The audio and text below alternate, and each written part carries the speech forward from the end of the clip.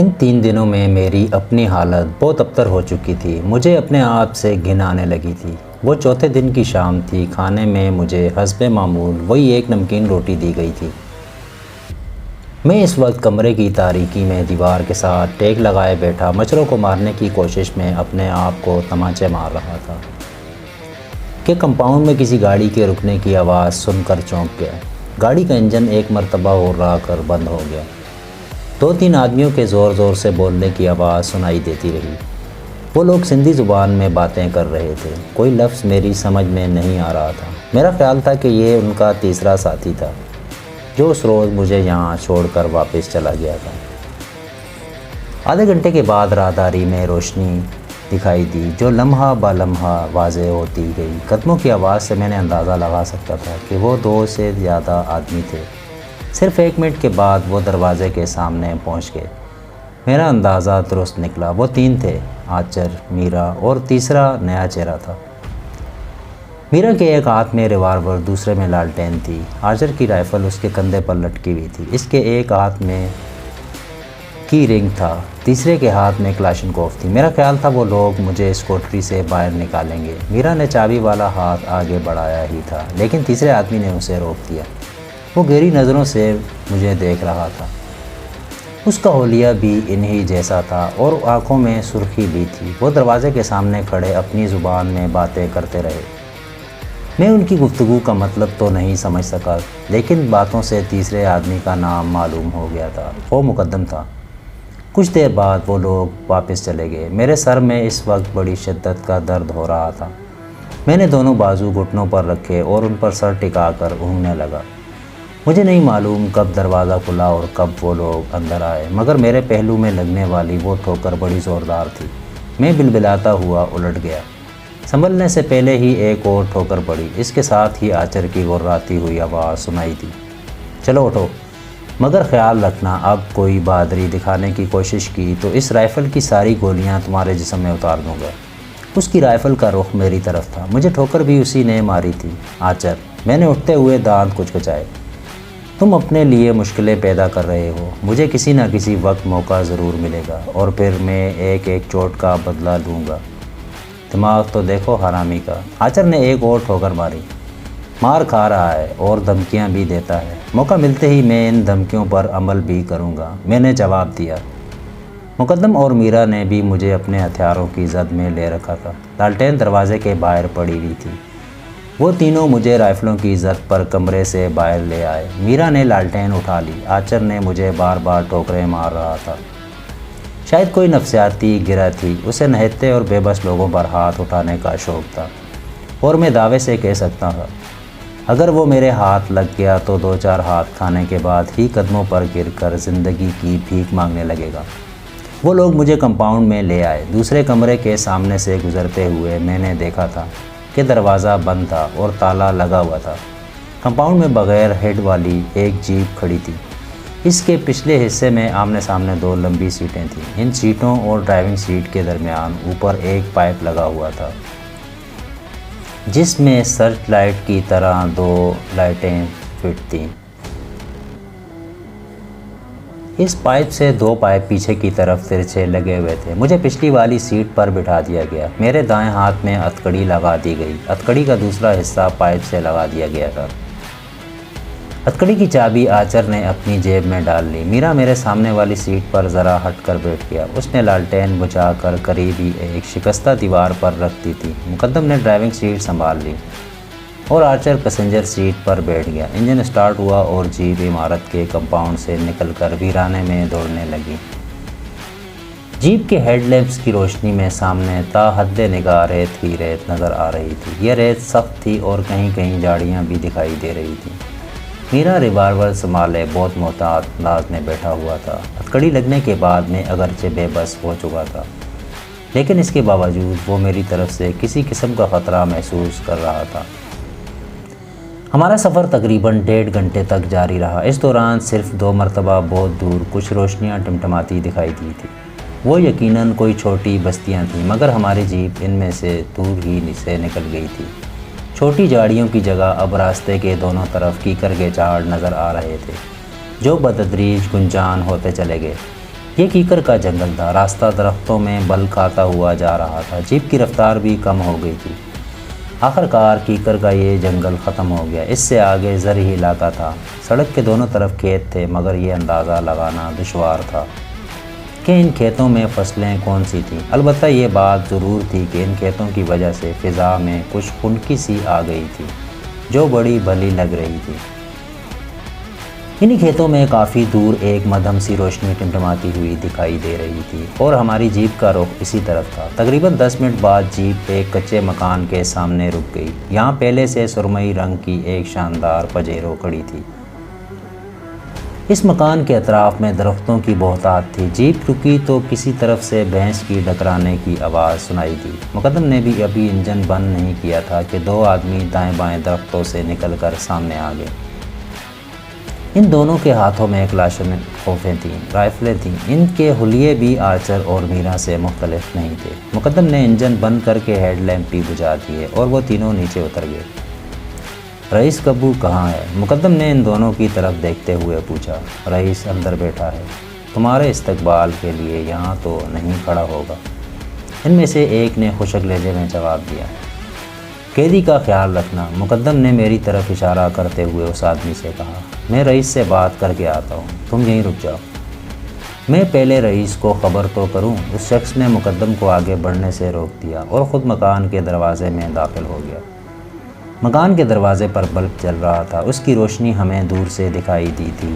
میں نے مقدم کی طرف دیکھا۔ اس شخص کے رویے سے اس کے چہرے کے تاثرات بگڑ گئے تھے۔ وہ خجل سا ہو کر آرچر اور میرا سے باتیں کرنے لگا۔ ان کی یہ حرکت دیکھ کر نہ جانے کیوں میرے ہونٹوں پر خفیف سی مسکراہٹ آ گئی اور میں ادھر ادھر دیکھنے لگا۔ مکان کے دائیں طرف شاید مویشیوں کا باڑا تھا۔ بھینس کے ڈکرانے کی آواز بھی اسی طرف سے آئی تھی اور ہوا کے ساتھ گوبر کی ناگوار بو بھی آ رہی تھی۔ مجھے اندازہ لگانے میں دشواری پیش نہیں آئی کہ یہ کسی سندھی وڈیرے کا ڈیرا تھا۔ پجیرو جیسی شاندار اور قیمتی گاڑیاں انہی وڈیروں اور جاگیرداروں کے پاس زیادہ نظر آتی ہیں۔ یہ لوگ غریب کسانوں کا خون چوس چوس کر جس طرح دولت سمیٹتے ہیں، اس کے بارے میں سب ہی جانتے ہیں۔ کڑاکے کی سردی اور گرمیوں کی چلچلاتی دھوپ میں زمین کا سینہ چیر کر اناج پیدا کرنے والے کسان اور ہاری تو نان شبینہ تک کو محتاج رہتے ہیں، اور یہ وڈیرے اور جاگیردار عیش کرتے ہیں۔ لیکن مجھے یہاں کیوں لایا گیا تھا؟ اس سوال کے ساتھ ہی میرے ذہن میں ایک خیال ابھرا۔ سندھ میں وڈیروں کی پرائیویٹ جیلوں کے چرچے عام تھے۔ یہاں ہاریوں سے دن بھر کھیتوں میں بگار لی جاتی تھی اور شام ہوتے ہی انہیں جیل میں بند کر دیا جاتا تھا۔ غلاموں کی طرح مزدوروں کی خرید و فروخت ہوتی تھی۔ مجھے جس ہٹے کٹے اور جوان آدمی مختلف علاقوں سے اغوا کر کے لائے جاتے تھے اور یہاں ان سے غلاموں جیسا سلوک بھی کیا جاتا تھا، اور ان کی نجات مرنے کے بعد ہی ہوتی تھی، اور میں سوچ رہا تھا کہ کہیں مجھے بھی تو اس لیے یہاں نہیں لایا گیا۔ رئیس کبو سے میرے پیسے کھڑے کر لیے جائیں۔ وہ آدمی تقریباً 5 منٹ بعد باہر آیا۔ اس نے آچر وغیرہ سے کو اشارہ کیا تو وہ تینوں اندر چلے گئے۔ اس کے تقریباً 10 منٹ بعد آرچر مکان سے باہر آیا اور اس نے دونوں آدمیوں سے کچھ کہا، جنہوں نے مجھے رائفلوں کی زد پر لے لیا، اور آرچر نے میری ہتھکڑی کھول دی۔ مکان کے اس کمرے میں داخل ہوتے ہی میری آنکھیں حیرت سے پھیلتی چلی گئیں۔ میں سوچ بھی نہیں سکتا تھا کہ کھیتوں میں واقع اس کچے مکان کا کمرہ اندر سے اتنا شاندار ہوگا۔ دبیز قالین، ایک طرف کنگ سائز ڈبل بیڈ جس پر ہلکے نیلے رنگ کی سلک کی چادر بچھی ہوئی تھی، اس کے سامنے آرام دہ اور قیمتی صوفے، ایک کونے میں سفید فارمیکا کی خوبصورت الماری، اس کے ساتھ ڈریسنگ ٹیبل اور ایک خوبصورت ٹرالی پر رنگین ٹی وی اور نچلے حصے میں VCR رکھا ہوا تھا۔ دیواروں پر خوبصورت فریموں میں عورتوں کی عریاں اور نیم عریاں تصویریں آویزاں تھیں۔ بہت شاندار کمرہ تھا، ہر چیز شاندار تھی۔ ان میں سے سب سے زیادہ شاندار چیز جو ایک صوفے پر نظر آ رہی تھی، اسے دیکھ کر بھارتی اداکارہ مادھوری کا تصور ذہن میں ابھر آیا، مگر وہ مادھوری سے زیادہ حسین تھی، اور صوفے پر اس کے بیٹھنے کا انداز اس سے بھی زیادہ حسین تھا۔ اس نے گلابی رنگ کا شب خوابی کا لباس پہن رکھا تھا، ایک گھٹنا بچھا ہوا سا تھا اور دوسرا اٹھا ہوا۔ لباس ذرا سا سرکا ہوا تھا، اس کے اندر کچھ گلابیاں سی چل رہی تھیں۔ وہ ناخنوں پر پالش کر رہی تھی۔ اس نے ایک نظر میری طرف دیکھا، پھر دوسرا گھٹنا بھی نیچے کر لیا۔ دوسرے صوفے پر رئیس کبو خان بیٹھا ہوا تھا۔ وہ 6 فٹ قد کا مالک گورا چٹا آدمی تھا، کلین شیو لگتا تھا، تھوڑی دیر پہلے ہی شیو کیا ہوگا۔ اس نے گرے رنگ کا سفاری سوٹ پہن رکھا تھا۔ وہ گہری نظروں سے میری طرف دیکھتا رہا، پھر آرچر کی طرف دیکھتے ہوئے بولا، کیا حلیہ بنا رکھا ہے اس کا، مارا پیٹا تھا کیا؟ اس نے بھاگنے کی کوشش کی تھی رئیس، آرچر نے جواب دیا۔ میرا پر حملہ کر دیا تھا، اگر میں نہ بچاتا تو یہ اس کا گلا گھونٹ دیتا۔ تھوڑی بہت سزا تو دینی ہی پڑتی تھی رئیس، بڑا غضبناک ہے یہ چھوکرا، کوئی مانی شانی بھی دیا ہے یا بھوکا رکھا ہوا تھا؟ رئیس کبو نے پوچھا۔ شام کو مانی دیا تھا رئیس، آرچر نے جواب دیا۔ روشن، رئیس کبو نے ایک آدمی کی طرف دیکھا۔ جی سائیں۔ اس نے فوراً ہی رئیس کے سامنے ہاتھ جوڑ دیے۔ اس کو غسل خانہ دکھاؤ اور جمال کا کپڑوں کا ایک جوڑا بھی دے دو، میرا خیال ہے اس کی پینٹ اسے پوری آ جائے گی، رئیس کبو نے کہا اور آرچر وغیرہ کی طرف دیکھتے ہوئے بولا، تم لوگ باہر جا کر بیٹھو، 1 گھنٹے بعد یہاں سے روانہ ہو جانا ہے تمہیں۔ جی سائیں۔ آرچر وغیرہ نے بھی ہاتھ جوڑ دیے اور الٹے قدموں چلتے ہوئے کمرے سے باہر نکل گئے۔ روشن نے رائفل سے مجھے اشارہ کیا۔ کمرے سے باہر نکلتے ہوئے میں نے ایک بار پھر صوفے پر بیٹھی ہوئی اس قیامت کی طرف دیکھا۔ یہ مکان اندر سے خاصا بڑا تھا، 3-4 کشادہ کمرے تھے۔ روشن مجھے جس کمرے میں لے کر آیا وہ بھی پہلے کمرے سے زیادہ مختلف نہیں تھا، البتہ اس کی دیواروں پر برہنہ تصویریں نظر نہیں آ رہی تھیں۔ اس کمرے میں داخل ہونے سے پہلے روشن نے آواز دے کر اپنے دوسرے ساتھی کو بھی بلا لیا تھا۔ وہ مجھے رائفل کی زد پر لیے کھڑا رہا اور روشن الماری کھول کر اس میں سے ٹنگے ہوئے کپڑے ٹٹولنے لگا۔ اس نے نیلے رنگ کی ایک پینٹ اور اسی رنگ کی ٹی شرٹ نکال کر میری طرف اچھال دی۔ غالباً یہی کپڑے سب سے زیادہ استعمال شدہ تھے۔ وہ مجھے کمرے سے نکال کر مکان کے عقبی سین میں لے آئے جہاں ایک طرف غسل خانہ بنا ہوا تھا۔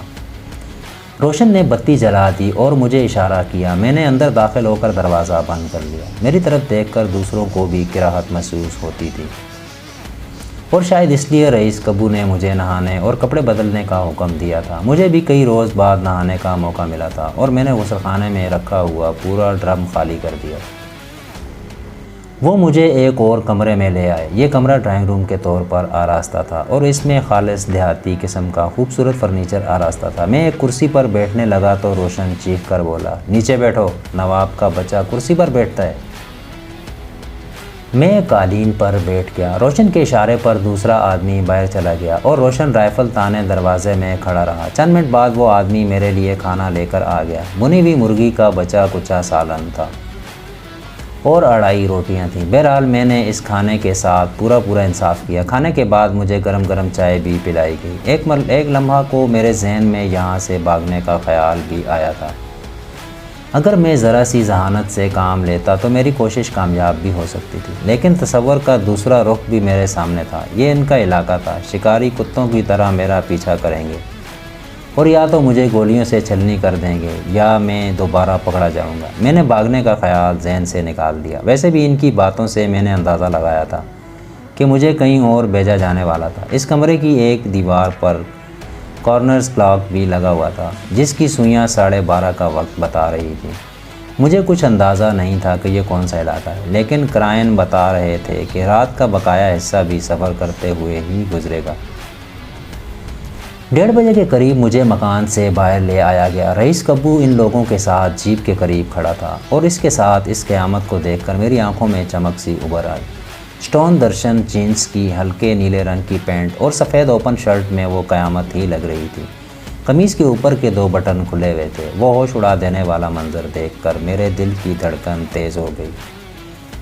اسی وقت اس نے بھی میری طرف گہری نظروں سے دیکھا تھا اور میں نے محسوس کیا تھا کہ اس کے ہونٹوں پر بہت خفیف سی مسکراہٹ آ گئی تھی۔ میرا خیال تھا کہ وہ رئیس کبو کے ساتھ پجیروں میں جائے گی، لیکن جب وہ جیپ کی پیسنجر سیٹ پر بیٹھی تو میرے دل کی دھڑکن مزید تیز ہو گئی، گویا یہ بھی وہیں جا رہی تھی جہاں مجھے لے جایا جا رہا تھا۔ مجھے ایک بار پھر ہتھکڑی لگا دی گئی۔ اسٹیئرنگ مقدم نے سنبھال لیا تھا اور آرچر اور میرا میرے سامنے والی سیٹ پر بیٹھے تھے۔ میرا ذرا سائیڈ میں تھا اور آرچر میرے بالکل سامنے بیٹھا تھا۔ تم لوگ کون سا راستہ پکڑو گے؟ رئیس کبو نے مقدم سے پوچھا۔ نگر پارکر والا وڈیرا سائیں، مقدم نے جواب دیا۔ سلیمان شاہ بھی تو راستے میں ہمارا انتظار کر رہا ہوگا، اسے ساتھ لے کر ہم گھاٹیوں کی طرف نکل جائیں گے۔ گھاٹیوں کی طرف مت جانا، سوئی گام کا رخ بھی مت کرنا، دلدلی علاقے کے ساتھ ساتھ سفر کرتے ہوئے کدالیہ کی طرف نکل جانا، وہ راستہ زیادہ محفوظ ہوگا۔ رئیس کبو نے کہا، جی سائیں، مقدم نے جواب دیا۔